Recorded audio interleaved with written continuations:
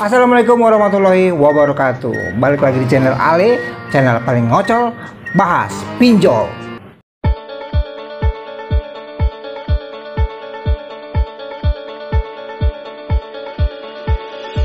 Ya, semoga semuanya diberikan kesehatan, diberikan umur panjang, dan semua dalam keadaan sehat selalu. Ya, untuk video kali ini gue akan sedikit membahas mengenai Tunaiku atau Amar Bank.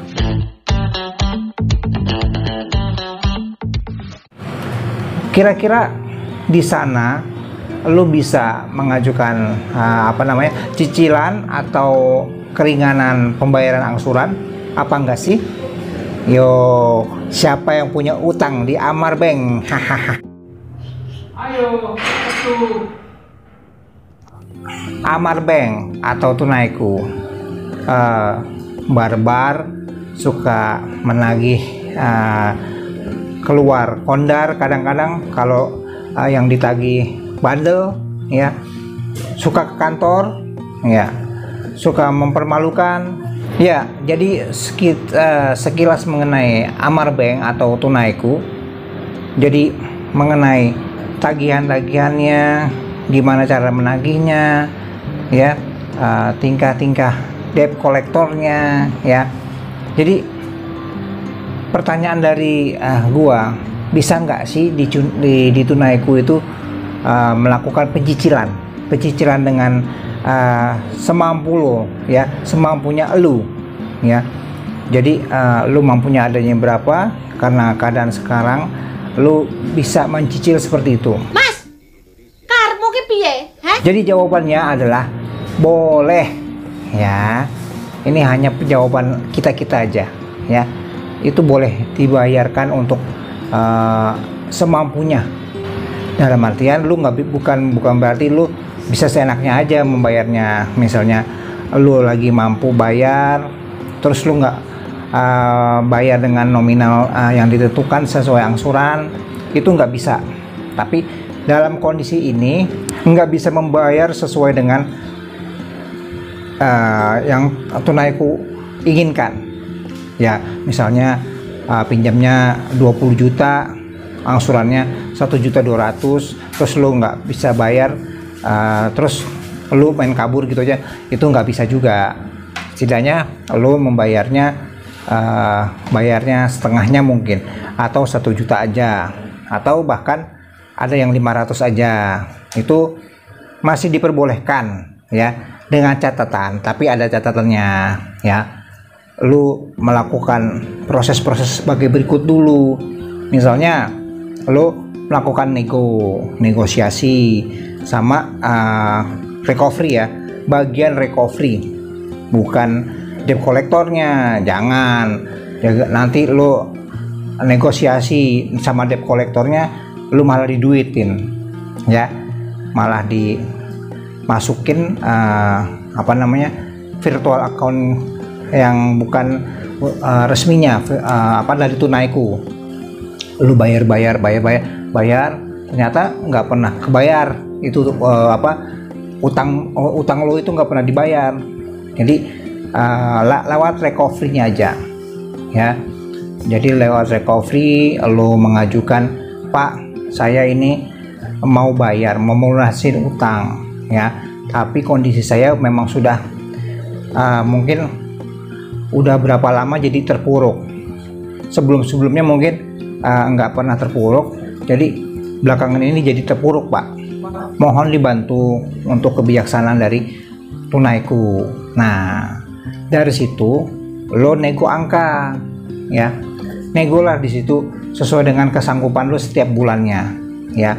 Misalnya lu bayarnya 500.000, ya, atau 900.000, terus mungkin 1 juta. Bisa nggak? Bisa, tapi ini hanya off the record aja, ya.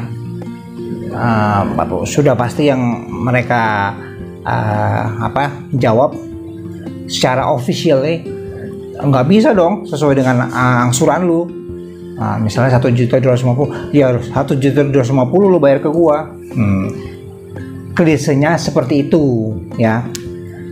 Tapi bisa nggak dibayar secara, misalnya cicilnya semampunya, misalnya adanya 500.000 atau 900.000, boleh ya, selama utang itu dibayar. Itu boleh-boleh saja, seharusnya ya, seharusnya boleh-boleh aja, karena lu udah niat untuk membayarkan, untuk membereskan utang lu tersebut ya. Jangan takut ya, siapa sih yang nggak suka duit siapa sih yang nggak mau utangnya dibayar ya, daripada dia menjadi debitur yang macet, utangnya nggak kebayar ya, malah disirik OJK-nya juga berantakan ya.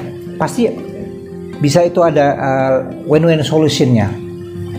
Lu jangan takut untuk hal ini, lu harus maju aja ke bagian recovery-nya ya, untuk membayar tagihan lu ya, sesuai dengan yang lu mampu gitu. Karena kondisi lu sekarang saat ini bukan seperti dulu lagi misalnya gitu kan. Banyak yang sekarang ini tadinya mampu jadi tidak mampu.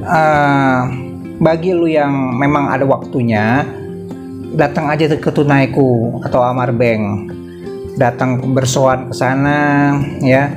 Kalau misalnya yang ada waktu ya, kalau yang nggak ada waktu bisa menggunakan kuasa hukum atau badan hukum, bisa menegosiasikan secara eksplisit utang lu itu di sana, mau penyelesaiannya bagaimana. Jadi nanti dari kuasa hukum itu akan menegosiasikan ya utang lu sesuai dengan kemampuan lu gitu. Ada badan-badan hukum di Indonesia yang bisa menangani hal-hal seperti itu. Jadi jangan takut ya. Dan itu juga supaya menghindari lu kena tipu atau dipermainkan sama kreditur ya. Jadi supaya enak, elunya enak bayarnya, Tunaiku juga enak menerima uangnya dari elu. Jadi saran gua ya seperti itu. Bayarkan aja sesuai dengan kemampuan lo, tapi jangan kecil-kecil juga, jangan di bawah 500.000. Itu biasanya susah diterimanya, karena lo kan akan berhubungan dengan bunga dari utang lo. Misalnya bunga lo itu harus berjalan setiap harinya. Setiap harinya kalau misalnya di Tunaiku itu misalnya sudah lewat nih ya, itu akan berlakukan satu bulan 150.000 ya. Jadi 150.000 itu akan tetap angkanya selama tidak berganti bulan. Kalau berganti bulan akan 150.000 lagi. Jadi 150 lagi. Jadi totalin aja berapa bulan lu mangkraknya, istilahnya nggak bayarnya. Belum lagi nanti ada bunga harian ya. Jadi jangan sampai kena bunga lah ya. Nah, bisa nggak di situ bayar pokoknya aja. Bayar pokoknya nggak bisa, tapi rata-rata sih mereka nggak ada yang mau ya. Terus gimana dengan Pelsus? Misalnya utangnya 7 juta ya, dengan mintanya Pelsus dan lu mau bayar sisanya doang, itu bisanya cuman, kalau nggak salah nih ya, sekitar 1 juta ya, cuma 1 juta dapatnya. Jadi dipotong-potong bunga jadi 6 juta totalnya utang lo. Jadi ada penurunan suku bunganya 1 juta dari bunga yang seharusnya lo bayarkan.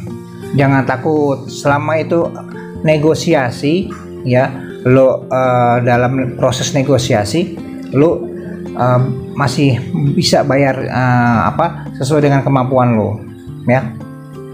Jadi gak usah takut kalau misalnya selama proses negosiasi itu nggak akan ada yang namanya DC-nya ke kantor, DC yang nyamperin lu, itu nggak akan ada ya. Lagi juga eksternalnya di Amarbank atau Tunaiku itu kalau udah eksternal ya 3 bulan lebih itu biasanya males-males datangnya ya, kadang sebulan sekali datang, kadang nanti udah 3 bulan sekali baru datang, dan kalau udah eksternal susah ya, kebanyakan eksternalnya itu males ya. Jadi karena eksternalnya itu maksudnya rekanan perusahaan yang menagih ya. Jadi karena dia kan dapat komisi atau apapun itu nggak langsung diberikan sama tunaikunya ya, dia bayar sendiri pakai modal sendiri ya. Jadi kalau udah masuk eksternal ya selamat deh. Berarti penagihan lo juga akan sedikit-sedikit berkurang ya, tapi dengan desk kolektornya itu, desk call-nya itu tetap intensif. Kalau gua boleh saran ya, lu bayar sesuai dengan kemampuan lu aja kalau memang lu udah nggak sanggup ya. Jadi kalau misalnya udah nggak sanggup masih mau bayar ya tetap bayarkan aja ya, misalnya 500.000, 900.000 atau 1 juta ya. Jadi lu tetap terhindar dari misalnya telepon dari DC-nya, DC-nya suka marahin ke tempat kerja lu atau di mana lu berada ya. Jadi bayarin aja. Jadi selama lu udah bayar ya, dengan sendirinya akan hilang ya. Jadi jangan lupa kalau misalnya udah bayar tiap bulannya harus rutin ya. Nanti dari ulang lagi, dari nol lagi, lu capek sendiri gitu ya. Nah, jadi yang punya utang di Tunaiku atau Amarbank, kira-kira menurut pengalaman gua seperti itu ya.